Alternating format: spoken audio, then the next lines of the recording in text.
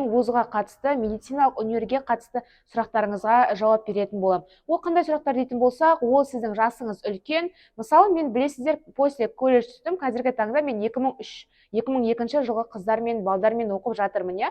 Менің жас ерекшелігім ол 3 жас қана, ал басқа адамдар бар, которые колледжді бітірді, бірақ түсе алған жоқ грантқа, немесе жұмыс жасап кетті, немесе тұрмысқа шығып кетті деген сияқты әртүрлі отбасылық жағдайларына байланысты оқуға түсе алмай қалып жатқан қаншама жастар бар, которые қабілеттері жақсы дамыған, немесе медицинаға өзінің белгілі бір тарапты жақсы үлесін қоса алатын қаншама жастар, қаншама бізден үлкен аға апаларымыз бар. Ал олардың самый басты қорқынышы қандай? Олардың қорқынышы мен өзімнен жасы кіші адамдармен оқысам, олар мені университет етпей ма, немесе олардың білімі маған қараған кезде жоғары болмай ма, немесе мені үстімнен күлмей ма деген сияқты әртүрлі сыни ойлармен олар әлі күнге дейін осы универге түсе алмай жүр. Ал мен сіздерге айтқым келеді, қазіргі таңда осы универде оқып жатқан 40-қа келген, тіпті 30-ға келген жастары сол әлі күнге дейін оқып жүрген студенттер бар. Олар ешкімнен ұялмайды, ең басты олар өзінің болашағын ойлап тұрғандығында. Сондықтан да қазіргі жастар өте жақсы дамыған, олардың интеллекті жағынан да, ойлау қабілеті жағынан да олар қазір әртүрлі жан-жақты даму, білім алу жағынан жақсы дамыған. Сондықтан да,